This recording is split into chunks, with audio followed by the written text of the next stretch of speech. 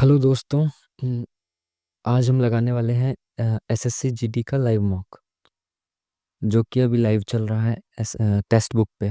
ठीक है, text book का मॉक लगाने वाले हैं। बेसिकली मैं इसमें क्या करता हूँ, जैसा कि आप लोग जानते हैं, मैं आपको साथ के साथ सॉल्यूशन कराता हुआ चलता हूँ कि आपको क्वेश्चन किस तरीके से सॉल्व करना है। ठीक है, क्या आपकी अप्रोच रहनी चाहिए क्वेश्चन को सॉल्व करने की, जिससे कि आप 1 घंटे में सभी क्वेश्चंस कर सकें और विद इन टाइम कर सकें। मतलब अच्छी अप्रोच के साथ क्वेश्चंस को सॉल्व करेंगे तो विद इन टाइम आप पेपर को पूरा कर पाएंगे। ठीक है जी, चलिए शुरू करते हैं। अभी समय हो रहा है रात के 11:43। थोड़ा टाइम का इशू रहता है, इस वजह से इस वक्त रिकॉर्ड कर रहे हैं इसको। चलिए शुरू करते हैं।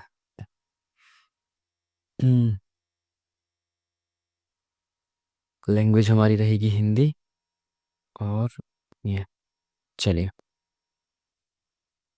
देखिए, वैसे मैं एक्चुअल एग्ज़ाम में करता हूँ पहले जीके जीएस, ठीक है, उसके बाद रीजनिंग, फिर मैथ्स करता हूँ और फिर एंड में 5-7 मिनट में, क्योंकि हिंदी हो जाती है इसलिए मैं एंड में हिंदी करता हूँ। ठीक है, बट अभी क्या है कि आपको समझाने के पर्पज से करूँगा तो समझाता हुआ चलूँगा, तो रीजनिंग और मैथ्स को पहले करूँगा, है ना, ताकि बाद में जो थोड़ा सा टाइम बचेगा फिर उसमें हम देख लेंगे कि जीएस को भी समझाते हुए चलना है या नहीं चलना है ना, टाइम के हिसाब से। अभी अगर मैं जीएस शुरू में करूँगा तो फिर उसको समझाने में टाइम ज़्यादा जा सकता है। ठीक है, तो पहले मैं रीजनिंग और मैथ्स को ही करता हुआ चलूँगा। ठीक है जी। आज हमने पेन का कलर बदला, पी से आर, जो कि मुझे बहुत बुरा लग रहा है तो इसलिए मैं फिर से चेंज कर रहा हूँ। तो पी से आर, पी क्यू आर, जैसा मैंने आपको बताया ना, उंगलियों पे काउंट करो, पी क्यू आर +2, टी से यू वी +2, है ना। पी से क्यू आर +2, फिर टी से भी आप देखोगे टी यू वी +2, तो जेड से +2 जाओ, जेड से प्लस हो जाएंगे ए बी, तो ये ऑप्शन नहीं हो सकता, ये नहीं हो सकता। ठीक है, बाकी आप चेक कर सकते हो। टी से क्यू आर, एल से M+1, ए से BCD+3, MNO+1। कोई लॉजिक नहीं बनता हुआ दिख रहा क्या? +1, PQR+2 हो रहा है तो इसमें भी +2 हो रहा है, ठीक है। LM+1 तो AB+1, ठीक है।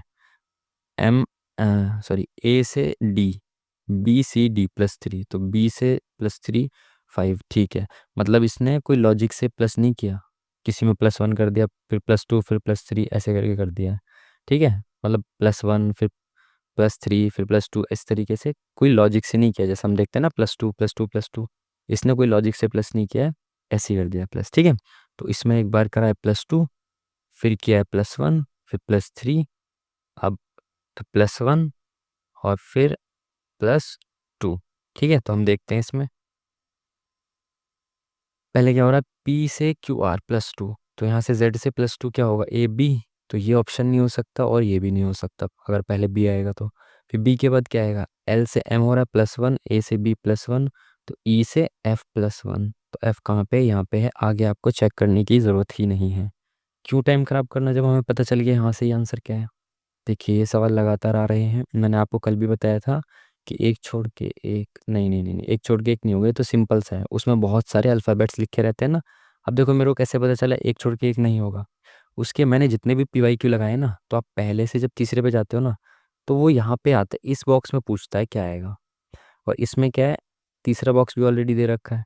हो सकता है इसका इससे पूछ रहा हो, बट मुझे नहीं लगता ये वाला क्वेश्चन होगा, क्योंकि बहुत छोटे छोटे से साइंस हैं।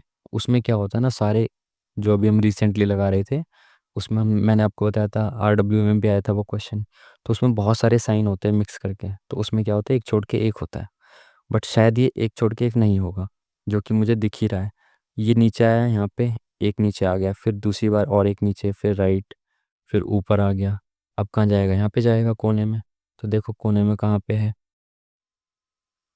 तो ये कोने में है भाई। कोने में कहाँ है, 2 ऑप्शंस में है। अरे भाई, ये टाइम खराब ज़्यादा होता है।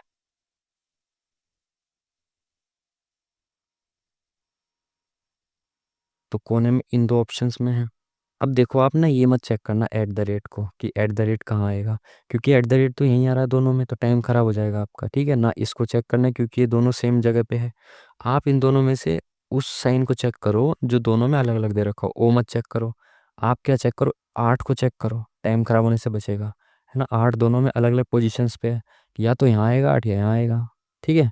तो 8 को देखते हैं पहले कहाँ पे आएगा 8। चलिए 8 यहाँ से इधर जा रहा है, तो यहाँ से फिर ये इधर जाएगा, फिर ऊपर, फिर साइड में, अब ये नीचे आ जाएगा इधर की साइड, यानी कि राइट साइड पे कहाँ पे है 8, इन दोनों में से यहाँ पे है, ठीक है। इस तरीके से स्मार्टली करेंगे आप, ठीक है। स्पीड बढ़ाते हैं थोड़ी थोड़ी।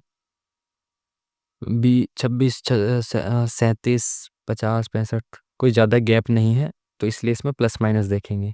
तो 26 में प्लस 11, इसमें प्लस 3 और 10 13, इसमें प्लस 15। अब देख रहे हो आप, दो दो के गैप पे प्लस हो रहा है, तो इसमें प्लस 17 हो जाएगा। तो 65 में 17 जोड़ेंगे आप, क्या हो जाएगा, 65 10 70, 80 और 2 82। Option number B is the correct answer. वृत्ताकार मेज के परितः, वृत्ताकार मेज के परितः केंद्र के, ये देखिए इसको ध्यान रखना है, विपरीत मुंह करके बैठे हैं, ठीक है। तो आपने एक ये बना ली मेज, ठीक है। कितने बंदे हैं, 1 2 3 4 5 6 7, 1 2 3 4 5 6 7, 7 लोग हो गए। ए आई और टी के आसन्न नहीं बैठा है, आसन्न का मतलब यहाँ पे शायद बगल में होगा, आसपास बगल में नहीं बैठा है। बी ए के आसन्न नहीं बैठा है, तो एकदम एक्चुअल इन्फॉर्मेशन नहीं ना, जो परफेक्ट इन्फॉर्मेशन हो उसके साथ शुरू करें आप। और क्योंकि ये ना, इसको ध्यान रखें, ये बाहर की तरफ मुंह करके बैठे हैं, तो इनका राइट और लेफ्ट ना, अब आपका और आपका वाला राइट लेफ्ट नहीं होगा, इनका राइट यहाँ पे होगा और लेफ्ट यहाँ पे होगा, क्योंकि ये बाहर की तरफ मुंह करके बैठे हैं, ठीक है। तो इसको मिटा दो, ये मैंने क्या लिख दिया, ठीक है। चलिए टाइम का ध्यान रखेंगे, जल्दी जल्दी चलते हैं। आर ए के बाईं ओर से चौथे स्थान पर बैठा है, तो अगर मैं ए को यहाँ बैठाता हूँ, तो ए का बायां इधर होगा, ये इधर होगा, इधर होगा, है ना। तो आर ए के दाईं और बाईं ओर से चौथे स्थान पे, 1 2 3 4, चौथे स्थान पे कौन बैठा है, आर ए के बाईं ओर से। डी और बी एक दूसरे के आसन बैठे हैं, मतलब एक दूसरे के बगल में, शायद आसन का मतलब ये होता है। एस आई के बाईं ओर तीसरे स्थान पे बैठा है, एस आई के बाईं ओर तीसरे स्थान पे, एस और आई का कोई कनेक्शन दिख नहीं रहा। टी और ए दोनों निकटतम पड़ोसी, मतलब टी और ए दोनों का निकटतम पड़ोसी कौन है, टी और ए का। आर ए के बाईं ओर से चौथे स्थान पे बैठा है, ये हो गया। ए आई और टी के आसन नहीं बैठा है, ए जो है वो आई और टी के आसन नहीं बैठा है, तो आई और टी यहाँ तो बैठेंगे नहीं, यहाँ आई नहीं बैठेगा, ना टी बैठेगा, ठीक है। आई यहाँ भी नहीं, ये आई भी नहीं बैठेगा और यहाँ टी भी नहीं बैठेगा, आसन मतलब इसके बगल में नहीं बैठेगा आई और टी। बी ए के आसन में नहीं बैठा है, तो बी भी नहीं बैठेगा यहाँ पे, ठीक है, अगल बगल में। अब देख लो भाई, कितने लोग यहाँ नहीं बैठेंगे, 1 2 3 नहीं बैठेंगे, और दो ये ऑलरेडी बैठे हुए हैं, 3 और 2 5 हो गए। तो यानी कि इन तीनों के अलावा और ए और आर के अलावा जो दो बचेंगे वो इसके आसपास बैठेंगे, ठीक है। अब ये नहीं पता कौन इधर बैठेगा राइट में, कौन लेफ्ट में बैठेगा।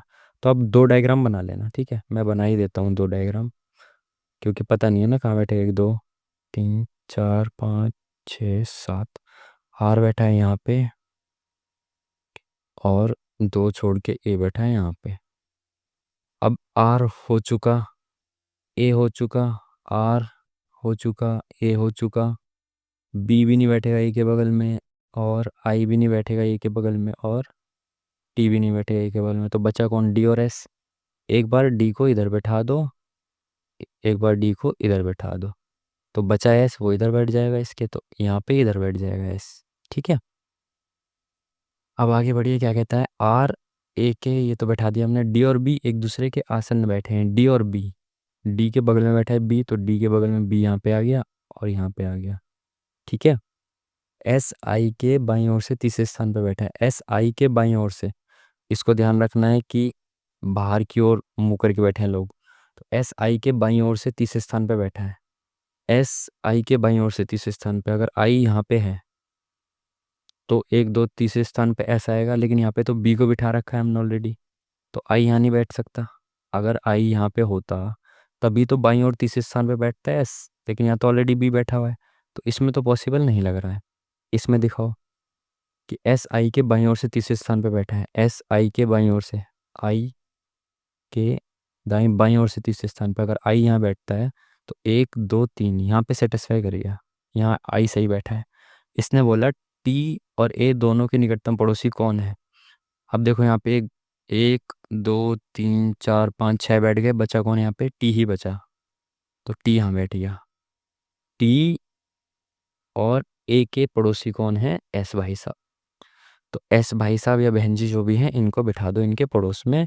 और इसी के साथ 4 ही क्वेश्चन में हमारा 10 मिनट जा चुका है, तो टाइम से अब क्वेश्चंस को सॉल्व करेंगे। इसमें क्या बोला है, खोलने के बाद मोड़, खुले ने मतलब खुला पास आए बंद, इसमें से कौन सा बनेगा। देखो बंद को चेक करने के लिए ना आप जल्दी से समझाते हुए चलेंगे। ये देख लेना कि 1 और 6 अपोजिट होंगे, एक छोड़ के एक अपोजिट होता है, 2 और 5 अपोजिट होंगे और 3 और 4 अपोजिट होंगे।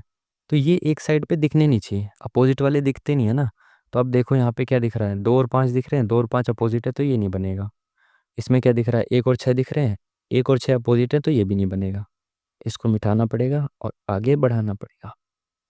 इसमें देखो तीसरे वाले में क्या है, 3 और 6, 3 और 6 अपोजिट है नहीं। और देखो 3 और 1, 3 और 1 अपोजिट है या नहीं। तो ये तीसरा हो सकता है। चौथे में देखते हैं 5 और 6 अपोजिट हैं क्या, नहीं। 5 और 4 अपोजिट हैं क्या, नहीं। तीसरे में क्या है भाई, 3 और 6, 3 और 6 अपोजिट नहीं है, 3 और 1 अपोजिट नहीं है। दोनों सेम से लग रहे हैं क्या ये, 3 और 6।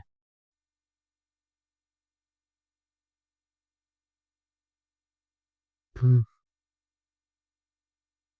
3 और 6, 3 और 1, तीसरा हो सकता है 4 और 5। एक दूसरे के अपोजिट ये है, ये है, ये नहीं हो सकते। 4 5, 4 और 6, 4 और 6 एक दूसरे के बगल में है यहाँ पे। 3 और 6 भी हैं।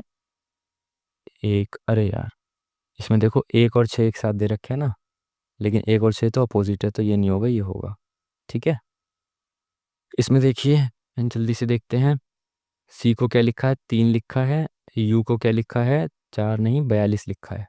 क्योंकि यू होता है 21, है ना, टी के बाद यू आता है, टी होता है 20। तो 21 दूनी 42 लिखा है। ठीक है जी। आर को क्या लिखा है, 18, यानी आर की वैल्यू वही लिखी है और डी की वही लिखी है। अब बताओ यू को डबल क्यों किया गया है, क्योंकि आपको पता है यू क्या है, वॉविल। ठीक है। तो इसने वॉविल को डबल कर दिया। अब इसमें देखो बी सेम है 2, आर सेम है 18, ई वॉविल है तो 5 से 10 कर दिया, ए वॉविल है तो ए का डबल कर दिया, डी को सेम रहने दिया। अब यहाँ से शुरू करो, बी क्या है, सेम रहेगा, 2 की जगह 2 रहेगा, वॉविल नहीं है ना बी, इसने वॉविल को डबल किया है बस। तो ये दोनों तो नहीं हो सकते, शुरू में 2 आएगा। उसके बाद यू क्या है, यू होता है 21 और वॉविल है तो 21 का डबल क्या हो जाएगा, 42। तो यहाँ पे ये भी नहीं होगा। Option number C is the correct answer. Time खराब नहीं करेंगे, आगे बढ़ेंगे। 5 मित्र पंक्ति में उत्तर की ओर मुख करके बैठे हैं। जी आई के निकटतम दाएं बैठा है। जी जो है वो आई के निकटतम दाएं बैठा है। एफ एच के निकटतम बाएं बैठा है। तो ये स्थिति अलग हो गई, अलग बना लेते हैं। एक एफ जो है वो एच के निकटतम बाएं बैठा है, लेकिन ई के निकटतम दाएं बैठा है। एफ ई के निकटतम दाएं बैठा है। ठीक है। एफ जो है एच के निकटतम बाएं बैठा है, लेकिन ई के निकटतम दाएं बैठा है। कौन, एफ। एफ के बारे में बात चल रही है ना। यदि एच और आई एक दूसरे के आसन्न बैठे हैं, एच और आई एक दूसरे के बगल में बैठे हैं, ठीक है, एच के बगल में आई हो जाएगा और आई के बगल में कौन बैठा है, जी बैठा है। तो क्या पूछा इसने, एक दूसरे के आसन्न बैठे हैं एच और आई, तो बीच में कौन बैठा है, बीच में तो एच दिख रहा है ना आपको। ठीक है।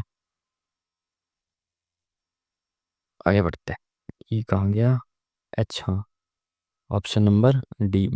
देखिए मैं लाइव सॉल्व कर रहा हूँ, हो सकता है सॉल्व करते करते कुछ गलतियाँ हो जाए, तो आप उसको देख लीजिएगा।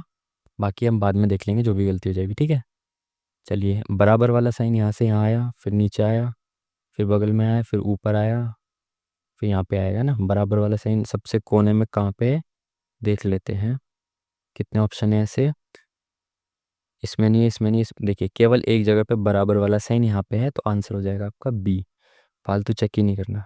गोल्फ को स्टिक से खेलते हैं ना, शायद स्टिक ही कहते हैं ना उसको। तो क्रिकेट को किससे खेलते हैं, बल्ले से खेलते हैं। ये वाली आकृति किस में है? देखिए भाई,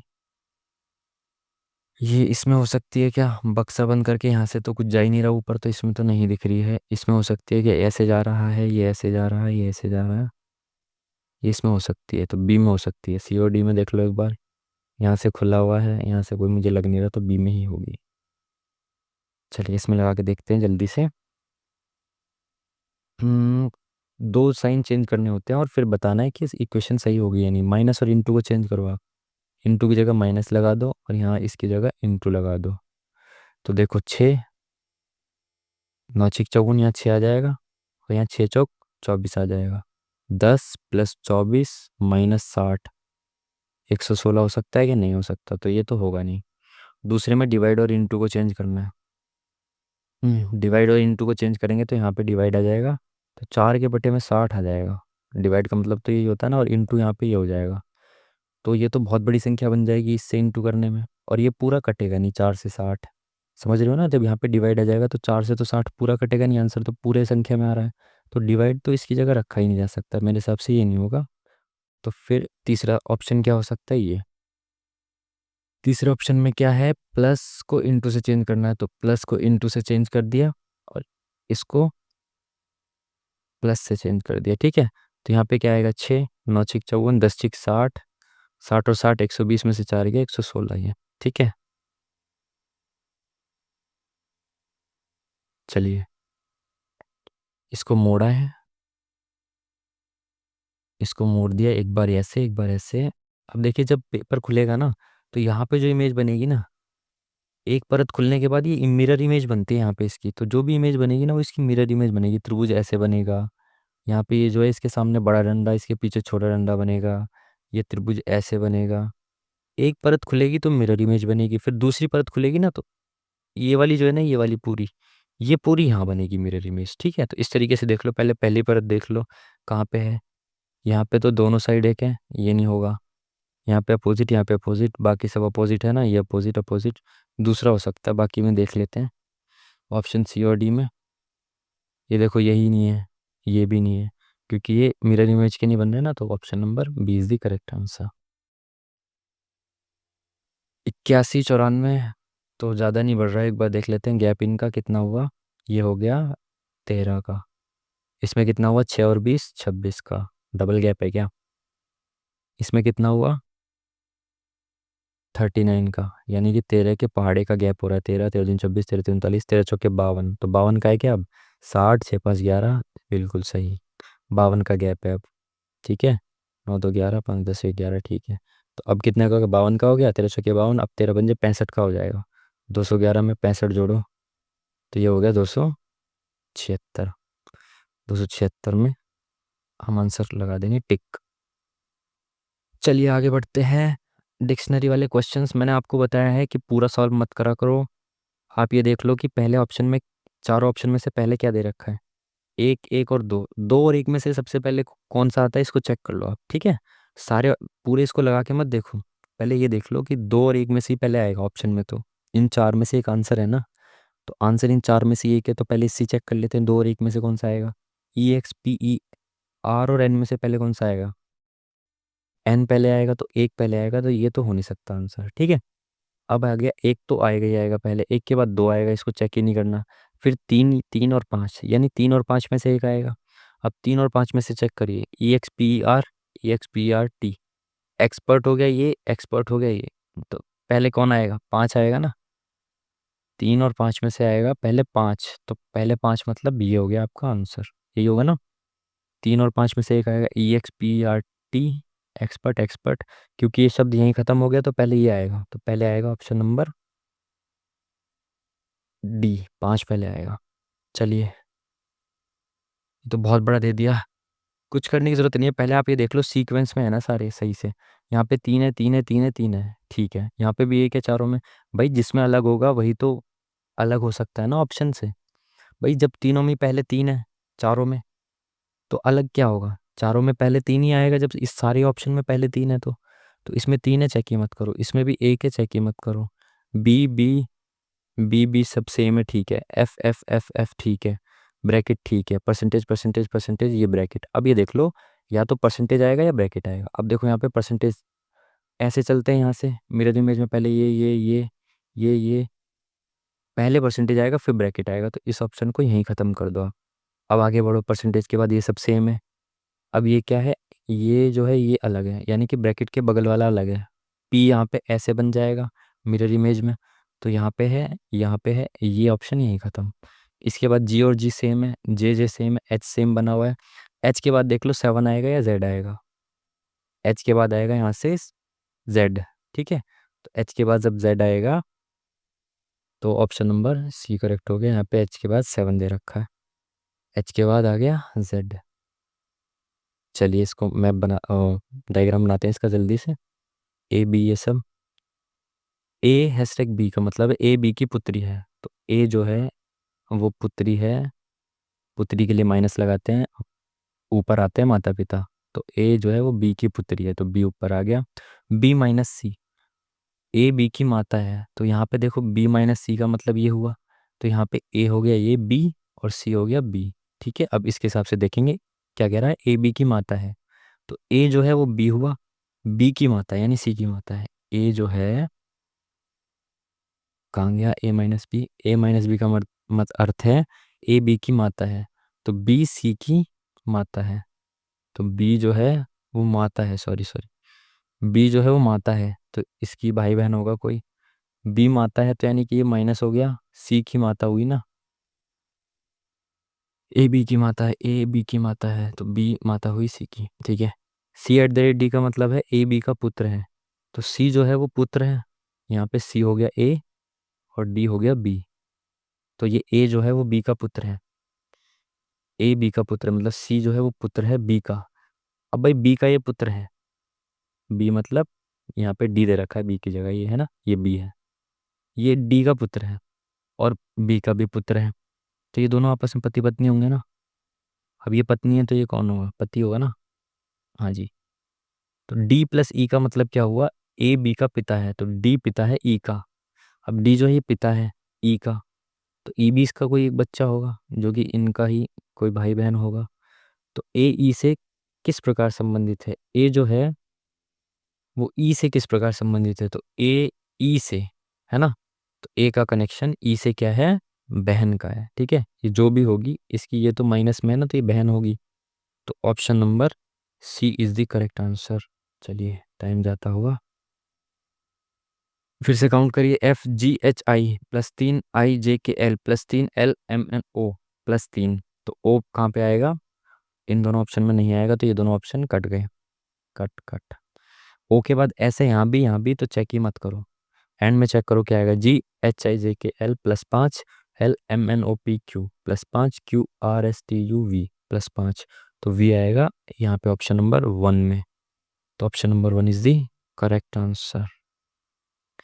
ए प्लस वन मतलब ए के बाद सी बी सी +2, सी के बाद डी ई, फिर ई के बाद एफ जी, जी के बाद एच आई, आई आना चाहिए, तो ये तो ऑप्शन होगा नहीं, ये ख़त्म। आई के बाद देखते हैं D E F G H I J K L, देख रहे हैं ना आप, D E F G H I J K L आएगा, यहाँ पे एल यहाँ पे है, तो ये भी ऑप्शन ख़त्म।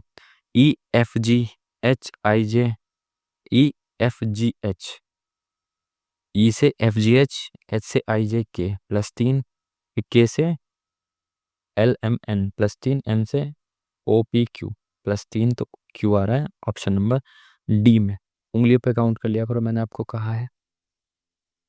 चलिए इसको जल्दी जल्दी से फेंक के मारते हैं इसका जवाब। 66, एक की जगह क्या एक की जगह क्या आता है, इनटू, फिर है 3 और डी का मतलब क्या होता है, डिवाइड, 3 के बाद क्या है, डिवाइड में 11, बी का मतलब क्या होता है भाई, बी का मतलब है प्लस, और 43 यहाँ लिखना है, 43 के बाद है सी, सी का मतलब है माइनस, और 48 यहाँ लिखेंगे। डी का मतलब अभी मैंने देखा था डिवाइड होता है 12।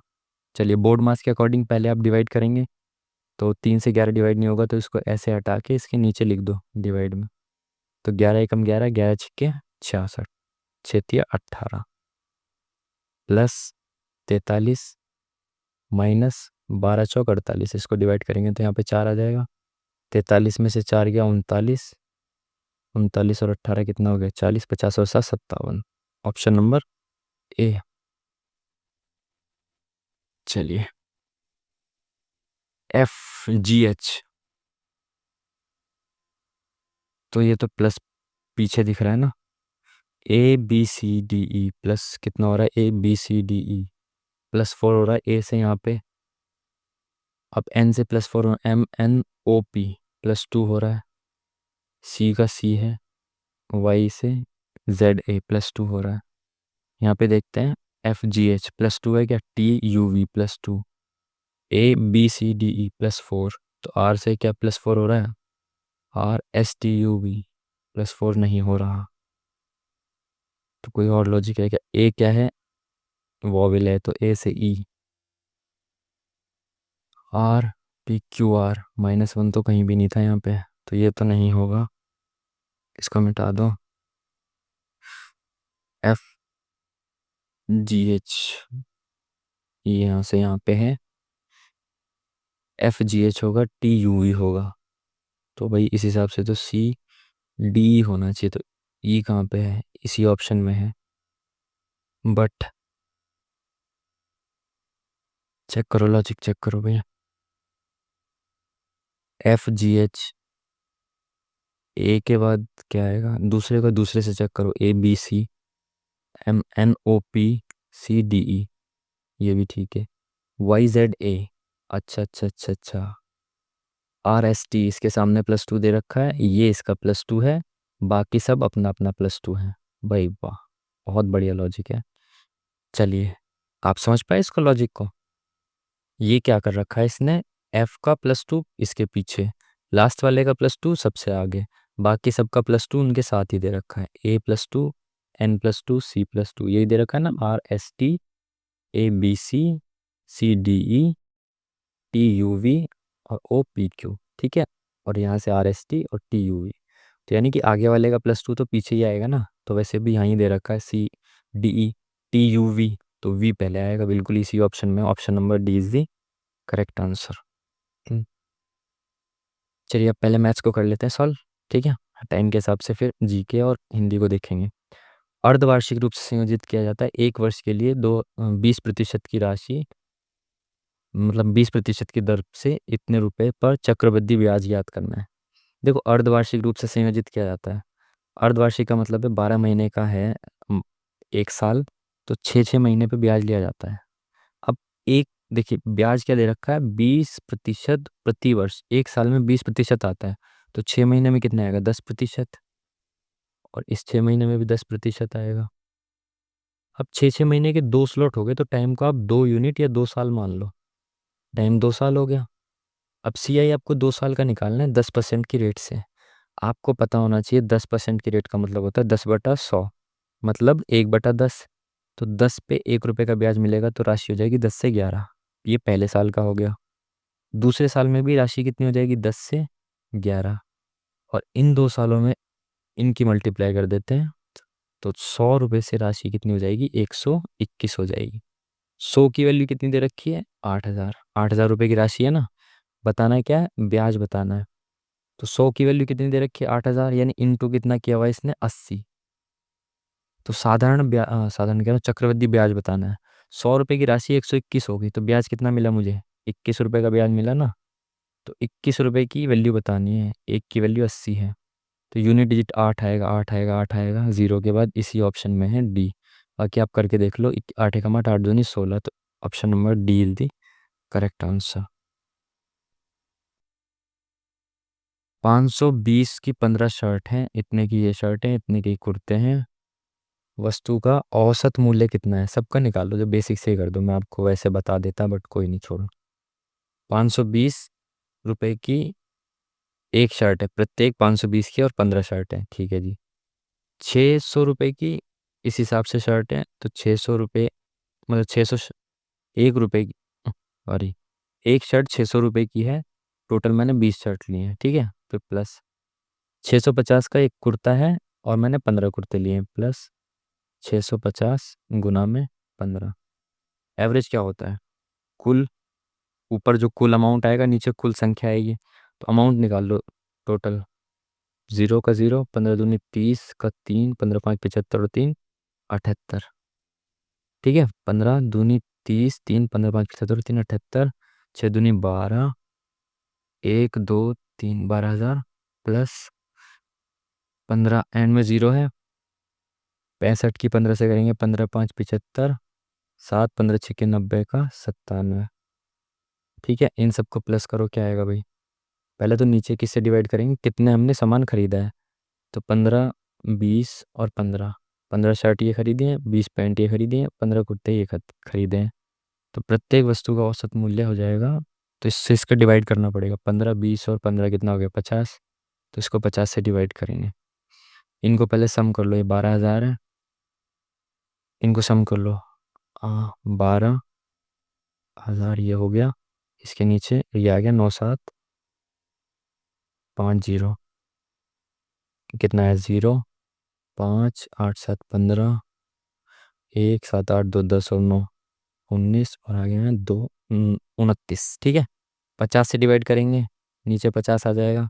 0 से 0 खत्म, 5 से काटेंगे, 5 पंजे 25, 4 बचा, 5 नहीं 45, 5 एकम 5, 591। Option number A.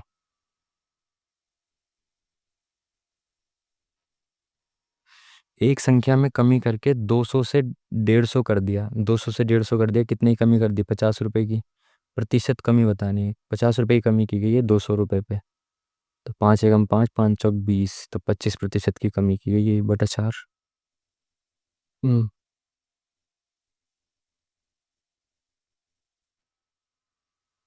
एक्स रुपए 10 पेन की कीमत है। मतलब एक्स रुपए में 10 पेन आते हैं, जिसकी कीमत 42 रुपए प्रति दर्जन है।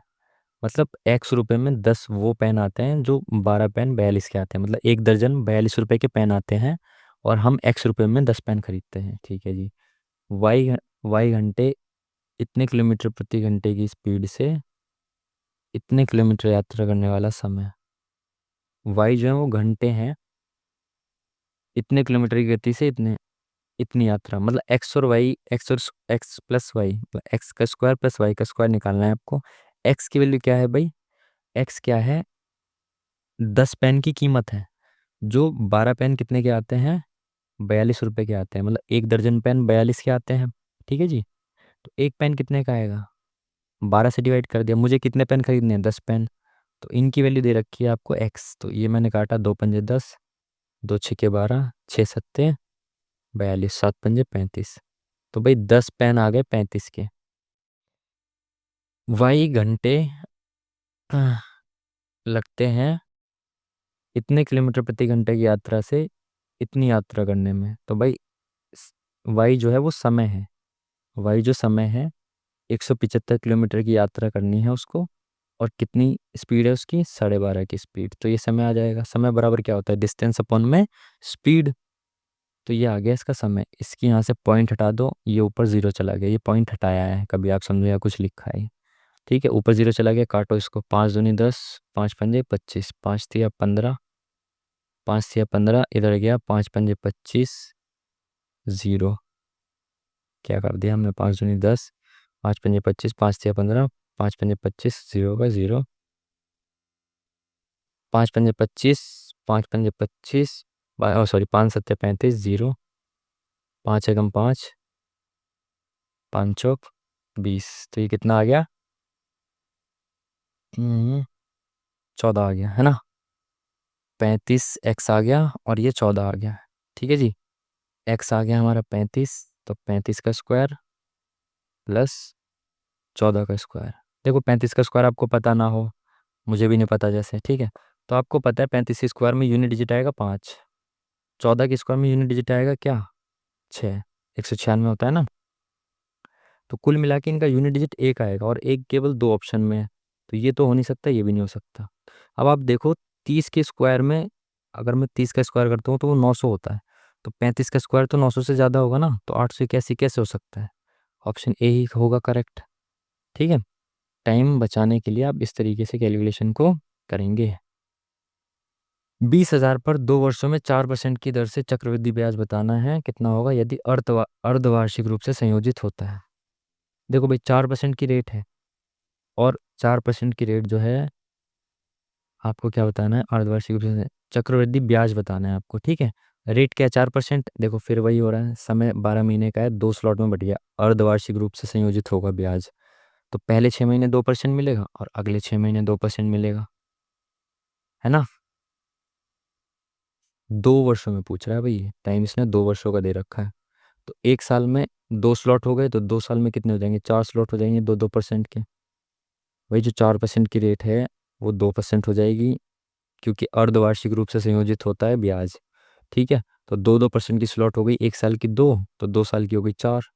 तो इट मीन्स कि आपको क्या करना है, रेट को मानना है 2%, और समय कितना हो जाएगा हमारा, 4 यूनिट या 4 साल।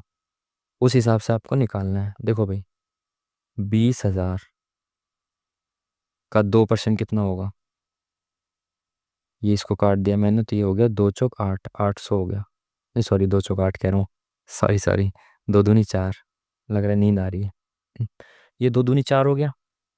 तो पहले साल का 400 तो मिलेगा ही मिलेगा, दूसरे साल में 400 तो मिलेगा, सॉरी पहले साल में 400 मिलेगा, दूसरे में 400 तो मिलेगा ही मिलेगा, प्लस इसका भी 2% मिलेगा, ठीक है।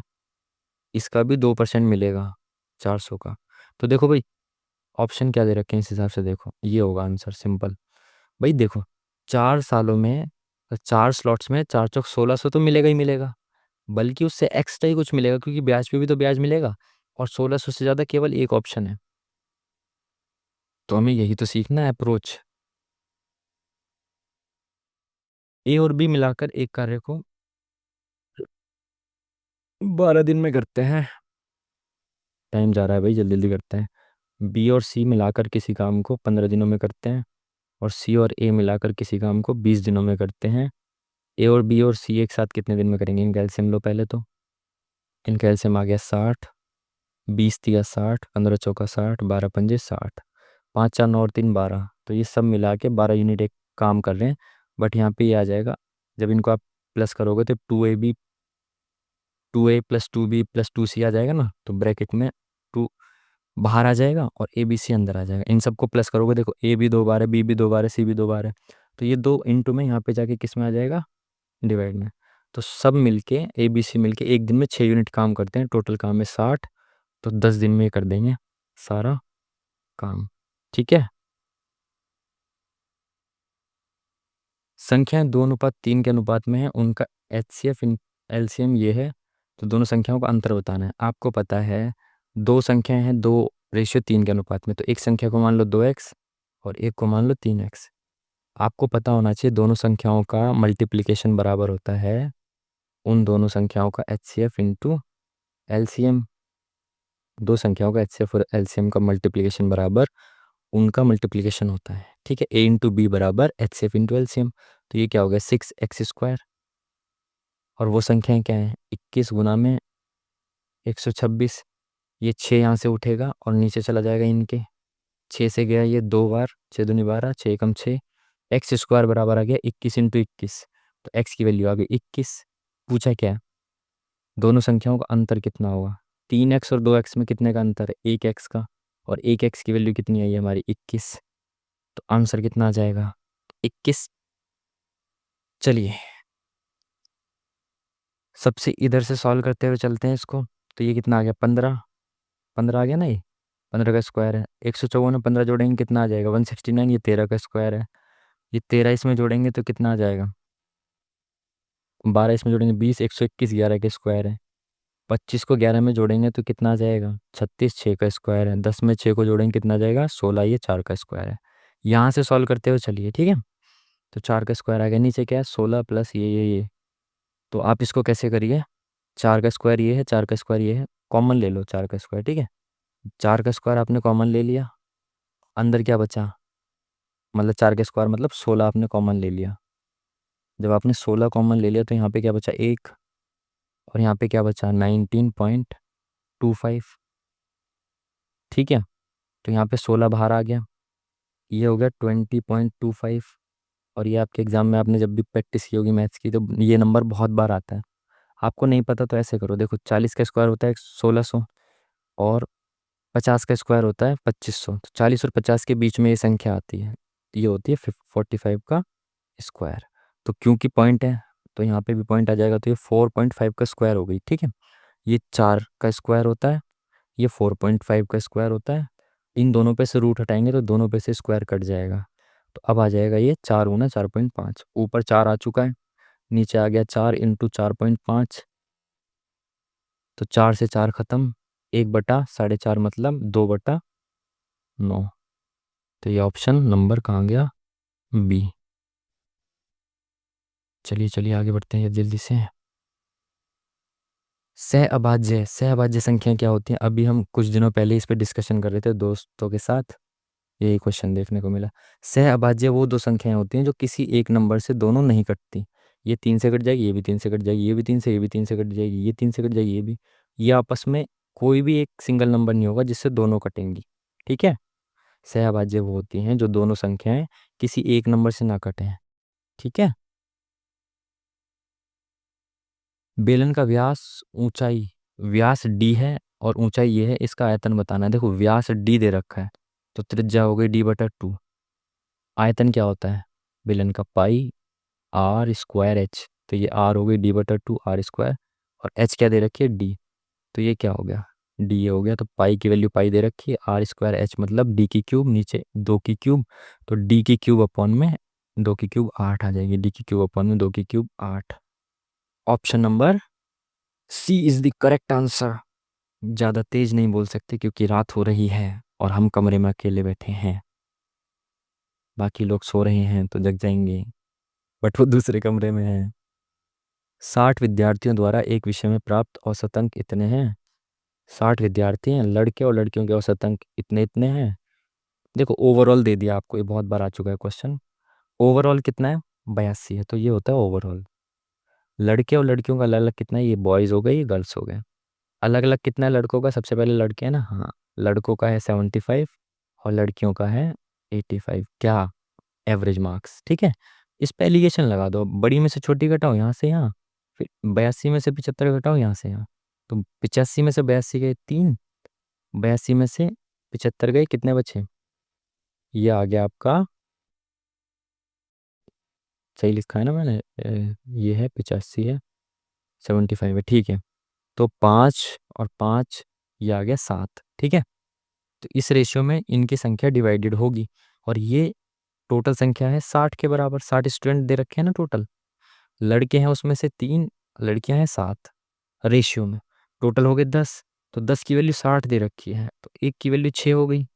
पूछा क्या है, उसमें से लड़कों की संख्या बतानी है। लड़के तो हमारे बेचारे कम हैं, 3 ही हैं, और एक रेशियो की वैल्यू 6 है, तो 6×3 = 18 is the correct answer. Time भी 28 मिनट बचा है, जल्दी जल्दी से बढ़ते हैं आगे। कोई संख्या 6 और 21 से विभाज्य है, तो 5 किससे विभाज्य होगी। देखो 6 और 21 अपने एलसीएम से विभाज्य होते हैं, वो संख्या जो दोनों से विभाज्य हो उनका एलसीएम होता है। इनका एलसीएम कितना हो गया, 2×6, 3 को 2×3 लिख सकते हैं 6 को, 21 को लिख सकते हैं 3×7। इन दोनों में से कॉमन क्या है, 3, तो 3 को एक बार ले लो, 2 अलग है और 7 अलग है। एलसीएम हो गया इनका 6×7=42। तो वो संख्या ए है जो वो 42 आ गई, जो दोनों से विभाज्य होगी। 5 ए की वैल्यू बतानी है, तो 5 ए की वैल्यू हो गई 210 × 5। तो 210 किससे विभाजित होगी, 210 से विभाज्य होगी ना। चलिए आगे बढ़ते हैं। उस घन का आयतन कितना होगा जिसके सबसे लंबे विकर्ण का माप ये है। घन का विकर्ण क्या होता है, घन का विकर्ण होता है √3a। तो √3 ये रहा, a ये रहा, तो a की वैल्यू कितनी आ गई, 11। और घन का जो आयतन होता है वो होता है a की क्यूब। तो 11 की क्यूब क्या होती है, 1331। Option number B is the correct answer. पहली 6 प्राकृत सम संख्याओं का औसत कितना होगा। प्राकृत मतलब 2 से शुरू होंगी जो संख्याएं, 2 4 6 8 ऐसे करके 6 संख्याएं। आपको बताया एवरेज होता है बीच वाली संख्या, तो 3 इधर चली जाएंगी, 3 इधर चली जाएंगी। तो ये थर्ड और फोर्थ है ना, 3 जब इधर चली जाएंगी, 3 इधर चली जाएंगी, तो यहाँ पे तीसरी है तो यहाँ पे चौथी आएगी। तीसरी और चौथी के बीच की जो संख्या होगी वो एवरेज होगी। तीसरी संख्या कौन सी होगी, 6 होगी। चौथी होगी 8, इनके बीच में आएगी 7, एवरेज हो गया 7। आगे बढ़ेंगे।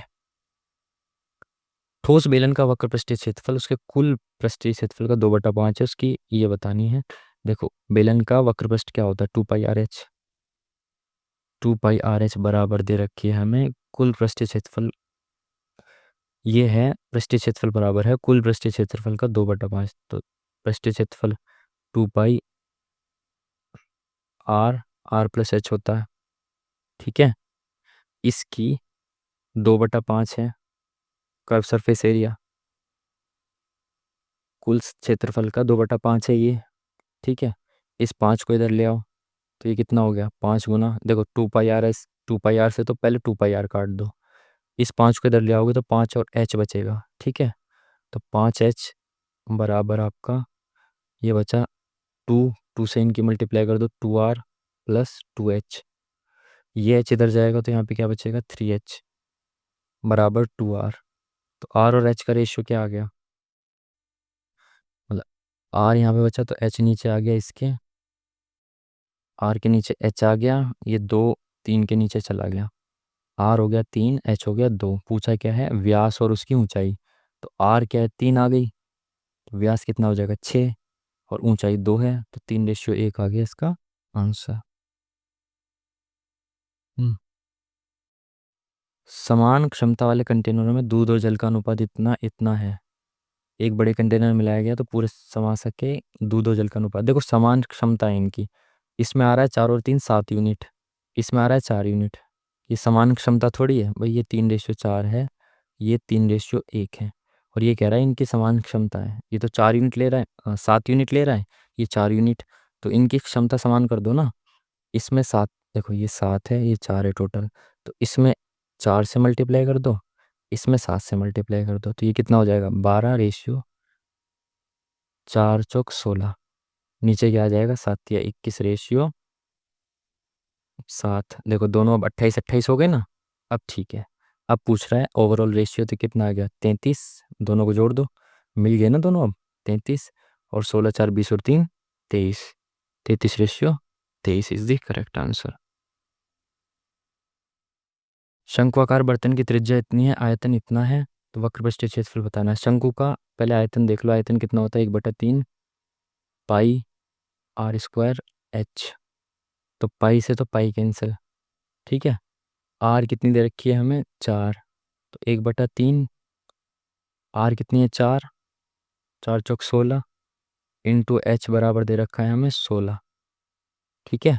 ये इधर चली जाएगी इंटू में 3, 16 से 16 कैंसिल हो जाएगा, एच आ जाएगी हमारी 3। और क्या पूछा है, शंक्वाकार बर्तन की त्रिज्या, वक्र पृष्ठीय क्षेत्रफल होता है हमारा पाई आर एल, एल हमें निकालनी है। देखो ये है हमारा शंकु, ठीक है, ये इसकी आर दे रखी है कितनी 4, और इसकी एच आ गई 3, तो ये एल होती है ये आ गई हमारी 5। तो पाई आर एल निकालना है, पाई की वैल्यू तो पाई है, आर की वैल्यू 4 है, एल की वैल्यू 5 है, 5×4 = 20 हो गया पाई आंसर। चक्रवृद्धि ब्याज 40% प्रति वर्ष है, त्रैमासिक रूप से संयोजित किया जाता है, मतलब 3 महीने में एक बार, ठीक है। तो 40% की रेट है, देखो 12 महीने को 3 3 मास के कितने स्लॉट बन सकते हैं, 3 3 दूनी 6, 3 3 312, तो ये स्लॉट बन गए 4 स्लॉट में। अब रेट क्या है 40% है, एक वर्ष में 40% मिलती है, इसको 4 स्लॉट में बांटेंगे तो सब पे 10-10% आ जाएगी रेट, इस पे 10, इस पे 10, इस पे 10, इस पे 10। तो वो ये बोल रहा है 3 तिमाहियों में कुल प्राप्त मिश्रधन, यानी कि 3 तिमाहियों में मिश्रधन जो प्राप्त हुआ है वो इतना है।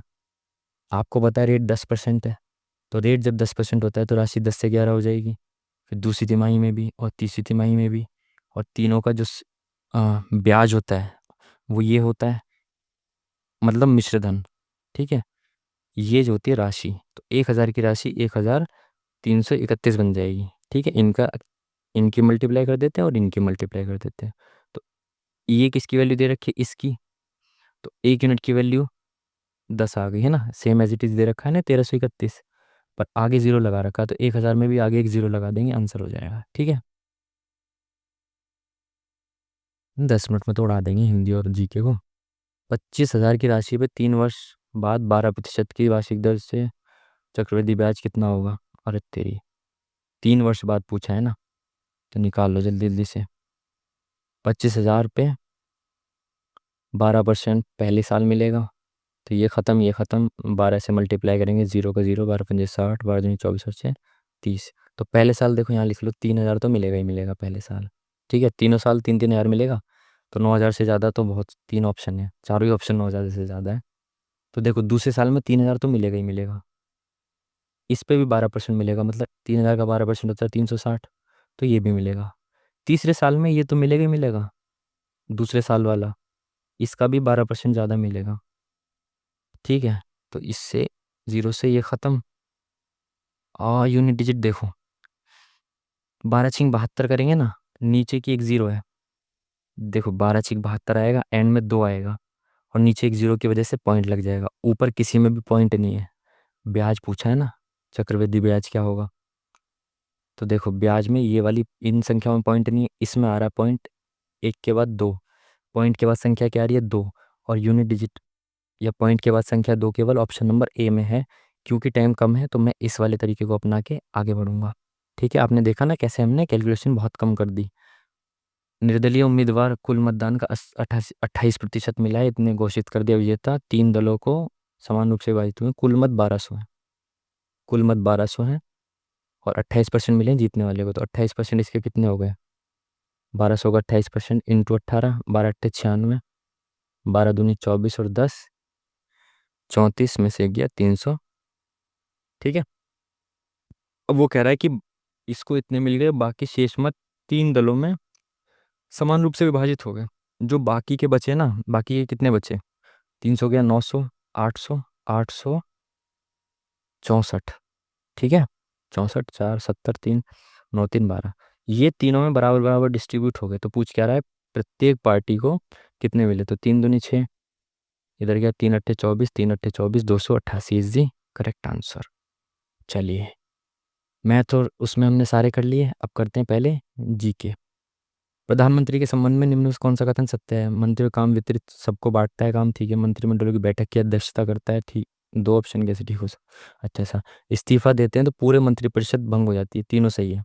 मौलिक कर्तव्य के भाग 4A में कौन सा वर्णित नहीं है, संस्कृति परंपरा हम समझें, ठीक है, संपत्ति को सुरक्षित रखें, बिल्कुल है, पर्यावरण की सुरक्षा है, समय पर करो, ये नहीं है। आपने अगर मौलिक कर्तव्य को ध्यान से पढ़ा होगा तो आपको पता होगा कि स्वर्ण सिंह समिति ने इसकी सिफारिश तो की थी, बट सरकार ने इसको माना नहीं। उच्च न्यायालय में न्यायाधीशों की संख्या में वृद्धि करने की शक्ति किसमें निहित है, इस संसद में निहित है, शायद ये आ भी चुका है क्वेश्चन। लक्ष्य 2000 वर्ष 26 तक राजकोषीय घाटे को जीडीपी कितने प्रतिशत कम करना है, लक्ष्य इस बार का जो लक्ष्य है वो है 4.5%। ये आपने न्यूज़ में पढ़ा होगा अगर बजट को ध्यान से पढ़ा था तो, ये तो बहुत कॉमन सी चीज़ है बजट से। भारत की राष्ट्रीय आय में सबसे कम योगदान किसका होता है, ये तो अगर आपने यूपीएससी की तैयारी की होगी तो अच्छे से इकोनॉमिक्स से पढ़ा होगा तो आपको पता होगा कि सबसे ज़्यादा जो योगदान होता है वो आधे से ज़्यादा, इवन यूपीएससी में भी क्वेश्चन आया था प्री में कि सबसे ज़्यादा योगदान जो होता है वो इसका होता है, मतलब उसमें ये बोला था कि आधे से ज़्यादा, ऐसे करके क्वेश्चन आया था प्री में। तो सबसे ज़्यादा होता है तृतीयक क्षेत्रक का, फिर होता है द्वितीयक का, सबसे कम होता है इसका, जबकि लोग इसमें सबसे ज़्यादा लगे होते हैं, जीडीपी में कम होता है योगदान। चल निधि जाल क्या होता है भाई, चल निधि जाल जो होता है ना वो ये होता है कि इंग्लिश में कहते हैं इसको लिक्विडिटी ट्रैप। तो जो लिक्विडिटी होती है मतलब तरलता होती है, पैसा लोगों के पास बहुत ज़्यादा होता है लेकिन वो इन्वेस्ट नहीं करना चाहते, तो बहुत पैसा होने के बाद भी इंटरेस्ट रेट जो होता है वो बढ़ता नहीं है। तो ये स्थिति होता तक बैंक की प्रणाली में पैसा फंस जाता है, नहीं, ब्याज दर कई गुना बढ़ जाती है, तो उल्टा बोल दिया इसने। खुले बाजार का संचालन इस स्थिति से उभरने में मदद करता है, आई थिंक ये तो और बढ़ा देगा ना, पैसा ही वो करेगा। विस्तारवादी नीति का ब्याज दर में वृद्धि नहीं करती, बिल्कुल सही बात है, यही तो बताया मैंने आपको भी। किस राज्य में भारत में अंतर्राष्ट्रीय अड्डों का घनत्व तो सबसे अधिक है, सबसे ज़्यादा है यूपी में, यूपी तो इसमें ऑप्शन ही नहीं है, सबसे ज़्यादा तो अंतर्राष्ट्रीय हवाई अड्डे यूपी में ही है, तो बट मैं लगा देता हूँ तुक्का महाराष्ट्र में। ठीक है, सबसे किस राज्य का जनसंख्या घनत्व सबसे कम है, अरुणाचल प्रदेश का, सबने पढ़ा होगा। कौटिल्य और चंद्रगुप्त के हाथों नंदों के पतन की किस संस्कृत नाटक में स्पष्ट रूप से, ये है आपका किसमें किसमें, मुद्रा राक्षस में, जो कि विशाखा दत्त जी ने लिखा है। आपने इसके बारे में बहुत बार एग्जाम में आया हुआ, मालविका अग्निमित्रम कालिदास जी का। ठीक है, ये मालविका और अग्निमित्र की कहानी है, तो यूपीएससी में भी आया है प्री में।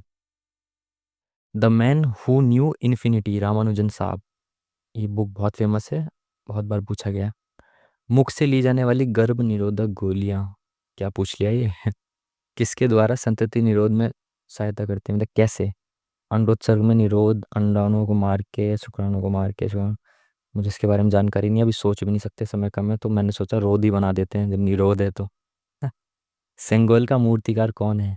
सेंगोल राजदंड जो कि संसद में रखा गया है, इसके मूर्तिकार थे हमारे चेट्टी साहब, बंगारू चेट्टी। ये हमने रट्टा मारा था बहुत ज्यादा, आज आ ही गया क्वेश्चन। बृहदेश्वर मंदिर पीवाईक्यू में बहुत बार पूछा गया सवाल, तमिलनाडु में है। ठीक है। प्रसिद्ध लोक चित्रकारी मांडना किस प्रदेश में है? मांडना भाई, मांडना, मुझे इसके बारे में जानकारी है नहीं। देखो, पश्चिम बंगाल और बिहार के सब जो शब्द होते हैं ना, आप इसको एक बार कैच करने की कोशिश करो, क्योंकि मुझे लगाना है, मुझे पता है सारे क्वेश्चन अटेम्प्ट करूंगा जीडी में, क्योंकि नेगेटिव मार्किंग बहुत कम है। यूपी में तो वैसे गांव जैसे शब्द होते हैं, खड़ी बोली टाइप ना राजस्थान में रहती है, तो मैं यहाँ पे तुक्का लगाऊंगा, फिर कह रहा हूँ तुक्का है मेरा, गलत हो सकता है, तो आप ये ना कहें कि मैंने ये लगा दिया। ठीक है। शतरंज ग्रैंड मास्टर बनने वाली भारतीय महिला, पहली भारतीय महिला विजय लक्ष्मी जी। ठीक है, ये बहुत फेमस क्वेश्चन है, पता होना चाहिए आपको। इन चीज़ों पे डिस्कशन भी करते हैं हम लोग, तो आप भी करा करिए। टाइम ट्रायल निम्नलिखित में से किस किस खेल का शब्द है? ये पीवाईक्यू में आया हुआ क्वेश्चन है शायद, ये मैंने देखा था अभी अभी मतलब जब पीवाईक्यू सॉल्व करते तब देखा था। ये था शायद साइकिलिंग से रिलेटेड था, हाँ। मूल्य निगरानी प्रणाली 4.0 किसने जारी की? भाई मुझे इसके बारे में जानकारी नहीं है, करंट अफेयर का। चिराग पासवान कौन से मंत्रालय में आए हैं अभी? वो आए हैं अपने, चिराग पासवान जी बने हैं खाद्य प्रसंस्करण उद्योग मंत्री। पेन पिंटर पुरस्कार मुझे नहीं पता भाई इसके बारे में। बीएसएफ के महानिदेशक, मुझे इसके बारे में नहीं पता, हिंदी पे चलते हैं जल्दी से। शुद्ध वर्तनी, आगामी, आगामी। दूध शब्द का पर्यायवाची दांत का होता है दंत। खीर, खीर हो सकता है। काया शरीर, आरसी शायद आलसी होता हो, क्षीर ही लगा देते हैं। कल्प वृक्ष का समानार्थी रक्तलोचन। कल्प वृक्ष तरु होता है, तो शायद ये हो सकता है। शोषक का विलोम, शोषक शासक शासित शोषक का पोषक। आलोक मतलब उजाला, प्रकाश पुंज, प्रकाश का विलोम क्या होता है? अंधकार। ठीक है जी। शुद्ध वर्तनी का शब्द, शुद्ध, कुटुंब, वसुदेव कुटुंबकम। जिसको त्यागा ना जा सके, अत्याज्य, अत्याज्य। वीरता की अभिव्यक्ति, लड़ना मरना ही नहीं, खून बहाना ही नहीं, झुकना ही नहीं, कर्ण की भांति कवच को खाली हाथ लौटाना, या बुद्ध की भांति गूढ़ तत्वों की खोज में डैश सुख त्याग देना। अपना सुख त्याग देना, लोगों का सांसारिक सुख, ये शब्द ज्यादा फिट बैठेगा ना, सुख के साथ, बुद्ध के साथ सांसारिक सुख गलत हो सकता है, ठीक है, मैं अपने हिसाब से लगा रहा हूँ। मुझे जो लगता है सुख त्याग देना भी वीरता ही है। हाँ ठीक है। वीरता देश काल के अनुसार डैश में जब भी प्रकट हुई, कहाँ पे प्रकट हुई? तभी अपना एक नया स्वरूप, मन में नहीं, बीच में, घर में, संसार ही होएगा भाई। तभी अपना एक नया रूप लेकर आई और लोगों को डैश कर गई, महान कर गई, पागल, मोहित, चकित। जब भी प्रकट हुई नया रूप लेके आई और लोगों को क्या कर गई भाई? चकित कर गई। जब नया रूप लेके आएगी तो चकित कर जाएगी, शायद ये होना चाहिए। बाकी थोड़ा सा टफ सा लग रहा है तो पढ़ने में। वीर कारखानों में नहीं डलते, न खेतों में डैश जाते हैं।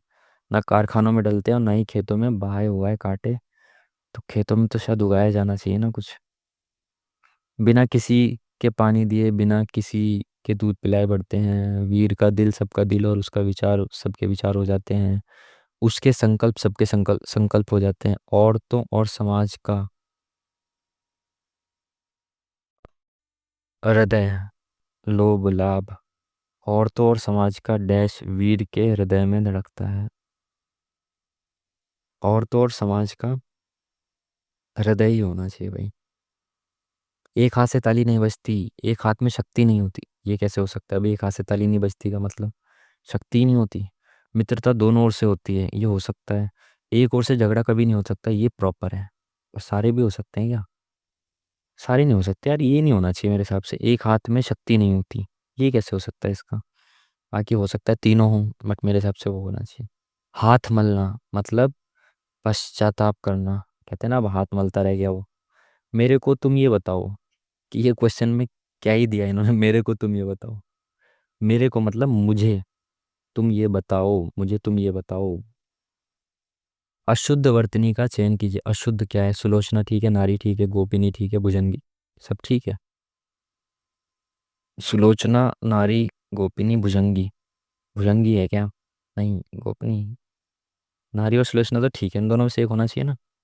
गोपिनी, तो गोपी होता है भाई, गोपिनी थोड़ी होता है। गोप गोपी, गोप गोपिनी थोड़ी होगा। वे हर साल समुद्र में सैर करने जाते हैं, वे हर साल समुद्र पर सैर करने जाते हैं, समुद्र ने, समुद्र को, समुद्र की सैर करने जाते हैं। पुस्तकों की समीक्षा करने के लिए एक शब्द, समीक्षक। नेताओं का अपमान करना मूर्ख होगी, मूर्खता होगी ना, मूर्ख गलत है। पिछले कुछ डैश में भ्रष्टाचार एक अहम मुद्दे के रूप में, पिछले पिछले कुछ दौरान, पिछले कुछ वर्षों में, तो ये हमारा, लीजिए टाइम से पहले ही ख़त्म कर दिया। टाइम टाइम टाइम कर रहे थे ना। देखते हैं कौन कौन सा सवाल हमने छोड़ा है। मोबाइल ऐप किसने लॉन्च किया है? कौन सा है? मूल्य निगरानी, नहीं पता। इसमें कौन फेमस है सबसे? सलमान रुश्दी को लगा देते हैं इसमें। नहीं पता, छोड़ो। राकेश अस्थाना तो वो थे शायद। चलो, जो भी है, यही है आपके सामने। Let's see the result. And आपने मार्क्स प्राप्त किए हैं 149.25। बहुत बेहतरीन। 75 आपके सही हुए हैं, 3 आपने गलत किए हैं। और 3 वो कौन से गलत हुए हैं? मैं तो रीजनिंग में तो आई थिंक सारे ही सही होंगे हमारे। शायद ये तीनों जी के जीएस में गलत होंगे, बाकी मार्क्स अच्छे आए हैं। मुझे लग रहा था कि पेपर का लेवल ठीक है, तो शायद आज 140 के आसपास रहेंगे। पर मार्क्स ठीक है, अच्छे मार्क्स हैं। ठीक है जी। तो ये रहा आपके सामने जो हमने मॉक दिया, और उसको मैंने 1 घंटे में आपके सामने ही सॉल्व भी किया। अब आप समझे कि हम हिंदी को लास्ट के लिए क्यों छोड़ते हैं। हिंदी को लास्ट के लिए इसीलिए छोड़ते हैं ताकि हम उसको 5-7 मिनट में कर दें। ठीक है। मैं तो आपको समझाते समझाते कर रहा था, तो इसलिए मेरे को समय ज़्यादा लग रहा था। बट यदि हम करते हैं और थोड़ा सा हमारी मैथ्स में स्पीड कम है, तो उस हिसाब से यदि हमारे पास एंड में केवल 5 मिनट बचती है, तब भी हम हिंदी को अटेम्प्ट कर सकते हैं 5 मिनट में। ठीक है। और अगर हम हिंदी को पहले अटेम्प्ट करेंगे, तो हिंदी को पहले अटेम्प्ट करेंगे तो फ्लो फ्लो में आराम से सोच सोच के अटेम्प्ट करेंगे। ठीक है। फिर बाद में मैथ्स में हेजिटेशन में कि हमारे पास 4 मिनट रह गए, एकदम से घबराहट में, उस 5-4 मिनट को भी यूटिलाइज नहीं कर पाओगे आप अच्छे से। ठीक है। तो इस तरीके से आप मैथ्स को सॉल्व करें। जैसे मैंने आपको बताया ना, क्वेश्चन सॉल्व करने की अप्रोच, कैसे हम कई बार यूनिट डिजिट से क्वेश्चन कर जाते हैं। कैसे अभी हमने देखा था ना कि हम जो सी आई एस आई का कर रहे थे, देखो क्योंकि हमारे 3 ही गलत है, शायद वो गलत नहीं होगा, हो सकता है ना गलत हो भी सकता है गलत हो गया हो, बट मेरे हिसाब से वो सही होगा। हमने क्या किया था उसमें, यूनिट डिजिट से आंसर निकालते थे कि पॉइंट के बाद तो एक ही संख्या आएगी, वो भी 2, और पॉइंट के बाद 2 किसी एक में ही था, तो ना उसको हमने प्लस किया ना कुछ आगे किया, और मल्टीप्लिकेशन भी नहीं किया हमने, है ना, गुणा करने से भी बच गए। इस तरीके से आपको अप्रोच सीखनी है कि आप कैसे चीज़ों को करते हैं। ठीक है। तो ये रहा हमारे इस लाइव के मॉक का रिजल्ट, 149.25 आउट ऑफ 160। रात के बज चुके हैं लगभग 1, तो अभी हम जाएंगे थोड़ा सा पढ़ेंगे हल्का फुल्का, सब सोएंगे, पढ़ेंगे तो नहीं ही अब, सोएंगे अब। ठीक है। रात को पढ़ना भी बेकार ही है, पढ़ा ही नहीं जाता। ठीक है जी। बाकी आपकी जीडी की वीडियो के लिए मैं बहुत मेहनत कर रहा हूँ, बहुत काम कर रहा हूँ। लगभग मुझे 5 से 6 दिन हो चुके हैं लगातार मैं उस पर लगा हुआ हूँ, बट मैं कुछ भी ऐसे ही आपको नहीं देना चाहता। वो एक वीडियो आपके लिए बहुत ज़्यादा हेल्पफुल होगी। खाली उस एक वीडियो को आप करके जाओगे तो भी आपको उस एग्ज़ाम्स में, सॉरी, एग्ज़ाम में जीडी के बहुत उसमें से क्वेश्चंस देखने को मिलेंगे सीधे सीधे। ठीक है जी। तो चलिए, अब लेते हैं आपसे विदा। फिर मुलाकात होगी नेक्स्ट वीडियो में। तब तक के लिए मॉक लगाते रहिए, पढ़ाई करते रहिए। बहुत बहुत शुक्रिया आपने यदि वीडियो को देखा है तो। ठीक है जी। चलिए, नमस्कार।